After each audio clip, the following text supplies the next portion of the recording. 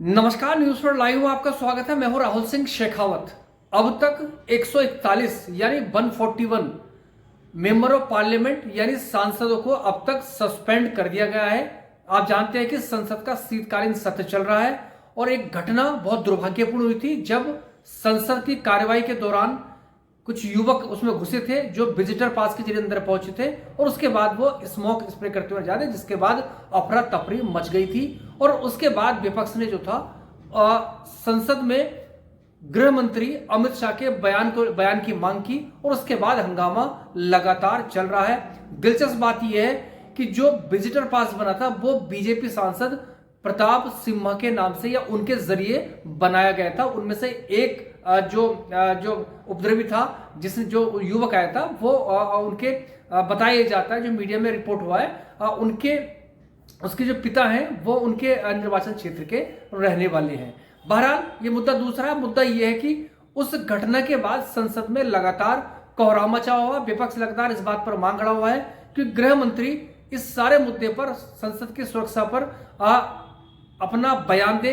और यह भी बात दिलचस्प है कि आप जानते हैं कि संसद में अटल बिहारी वाजपेयी के प्रधानमंत्री रहते हुए जब एनडीए की सरकार थी यानी बीजेपी की सरकार थी, उसकी बरसी यानी उसकी उसी दिन ये घटना हुई थी और 2 दशक पहले तकरीबन वो घटना हुई। तो उसके बाद ये घटना हुई जब स्मोक स्प्रे उसमें किया जिससे अफरा तफरी मची थी और उसके बाद विपक्ष अपनी मांग पर अड़ा, लेकिन सरकार इस मांग को मानने के लिए तैयार नहीं। वजह वो उसका तर्क ये है कि संसद में स्पीकर, चूंकि लोकसभा का मामला था, लोकसभा स्पीकर उस पर मामले पे निर्णय लेंगे और उन्होंने जो था अपने स्तर पर कार्रवाई की है और रिपोर्ट उसमें मांगी है। बहरहाल ये पृष्ठभूमि थी, लेकिन अब स्थिति यह है कि 141 सांसदों को सदन की कार्रवाई से बाहर, मतलब उनको सस्पेंड कर दिया गया है, कुछ को पूरे कार्यकाल के लिए, पूरे सत्र के लिए कर दिया गया है। और आप जानते हैं कि 2024 में चुनाव होने हैं और उसके पहले संभवतः ये सत्र, इसके बाद लगता नहीं कि दूसरा सत्र होगा।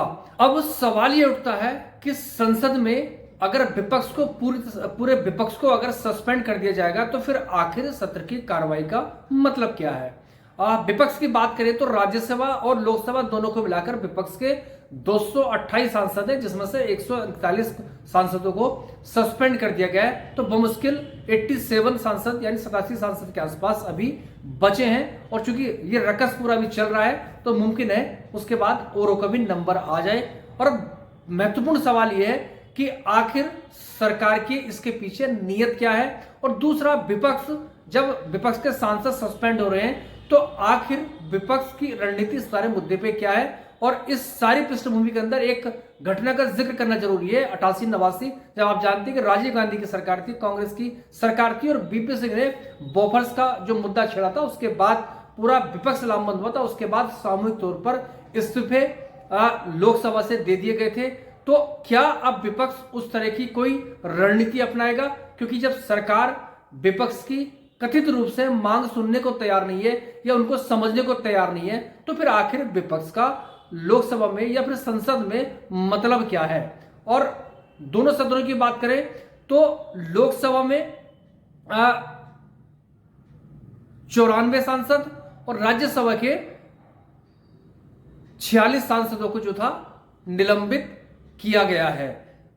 तो सवाल अब यह होता है कि आखिर इसके बाद सरकार अपने रुख पर कायम है। और आपको याद होगा, आप इस बात को भूले नहीं होंगे, जब मणिपुर की हिंसा हुई थी उसके बाद भी विपक्ष प्रधानमंत्री के वक्तव्य, उनके स्टेटमेंट को लेकर सदन के भीतर मांग करता रहा, लेकिन सरकार ने सुनी थी। एक पूरा सत्र उस पर हंगामे की भेंट चढ़ गया था। उसके बाद मजबूरन या रणनीति के तहत विपक्ष जो था उसने अविश्वास प्रस्ताव सरकार के खिलाफ लाया था। हालांकि नंबर नहीं था, सबको मालूम गिर जाएगा, लेकिन अपनी बात को रखने के लिए और प्रधानमंत्री की चुप्पी तोड़ने के लिए वो अविश्वास प्रस्ताव लाए गए। तो आप जानते हैं कि उसके बाद उन्होंने अपने हिसाब से उन्होंने उससे जवाब दिया था। तो अब मामला संसद की सुरक्षा का है, गंभीर मामला, इसमें कोई दो राय नहीं है। और बीजेपी के सांसद के जरिए पास बना है। उसके बाद जो उपद्रवी थे वो संसद के भीतर आए थे और उन्होंने अपनी बात रखी।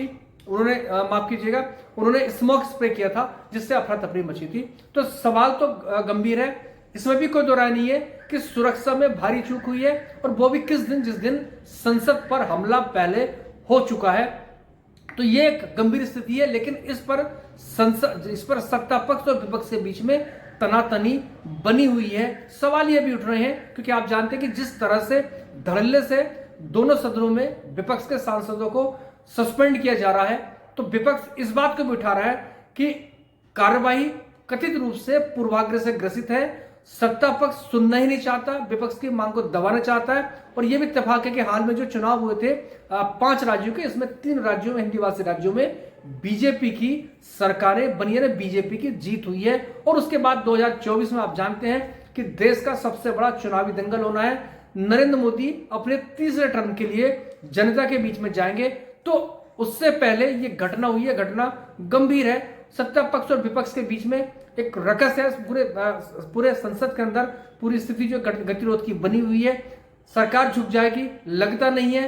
विपक्ष क्या करेगा अब ये पता नहीं है। और विपक्ष आप जानते हैं, मैंने घटना का जो जिक्र किया था 88-89 वाली की, जब पूरा सामूहिक तौर पर इस्तीफे दे दिए गए थे, क्या इस बार विपक्ष ऐसा कुछ करके जनता के बीच में जाएगा?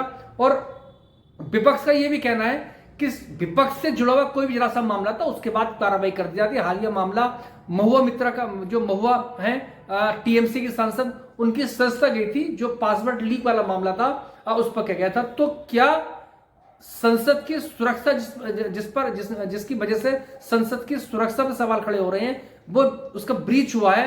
तो क्या उस भाजपा कथित जो सत्ता पक्ष के सांसद है, भाजपा के सांसद हैं, तो वो अगर हंगामा करने वाले सांसद सदन से बाहर हैं, दोनों सदनों से बाहर हैं, सस्पेंड हो रहे हैं, तो फिर आखिर क्यों पास देने वाला सांसद सदन के अंदर है? ये सवाल खड़े हो रहे हैं। लेकिन आप जानते हैं कि जो स्पीकर है, सभापति, उनका अपना प्रिविलेज है, कार्रवाई सदन को वो चलाते हैं, सरकार अपने हिसाब से चलवाती, ये भी सच्चाई है।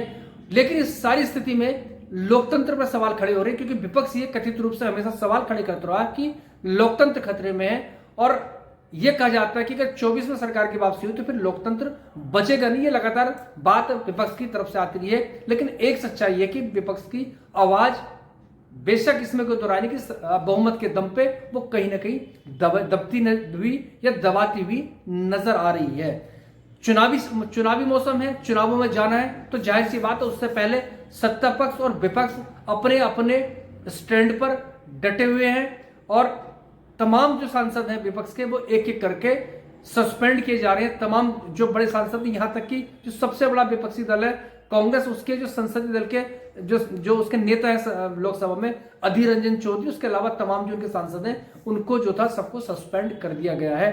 तो इस स्थिति में जो गतिरोध है वो साफ नजर आ रहा है, लेकिन उसके समाधान का कोई रास्ता नजर आ नहीं रहा है। सरकार झुक जाएगी इसकी संभावनाएं न के बराबर है। विपक्ष इस घटना के बाद क्या करेगा ये देखना पड़ेगा। और क्या विपक्ष 88-89 की तरह कोई सामूहिक इस्तीफा देने पर कोई विचार करेगा, उस रणनीति पर काम करेगा उसके बाद? क्योंकि जानते हैं कि उस वक्त जो विपक्ष था वो जनता के बीच में चला गया था, जनता की अदालत में चला गया था। उसके बाद चुनाव हुए थे, कांग्रेस को हार का मुंह देखना पड़ा था। तो क्या तब की स्थिति और आज की स्थिति में हालांकि समानता नहीं है, दो अलग मामले हैं। और जो राजनीतिक हालात हैं, जो परिस्थितियां, वो भी अलग हैं। लेकिन ये सच है कि जो सत्ता पक्ष है वो अपने बहुमत के दम पर, इसको हठधर्मी कह सकते हैं या उसको उसका सख्त रुख भी कह सकते हैं, उस पर कायम है। और विपक्ष अपनी आवाज, जो उसकी आवाज है, वो कहीं ना कहीं अनसुनी हो रही है। और उसके बाद जो सांसद सस्पेंड हो रहे हैं, उसके तमाम तरह के सवाल भी खड़े हो रहे हैं।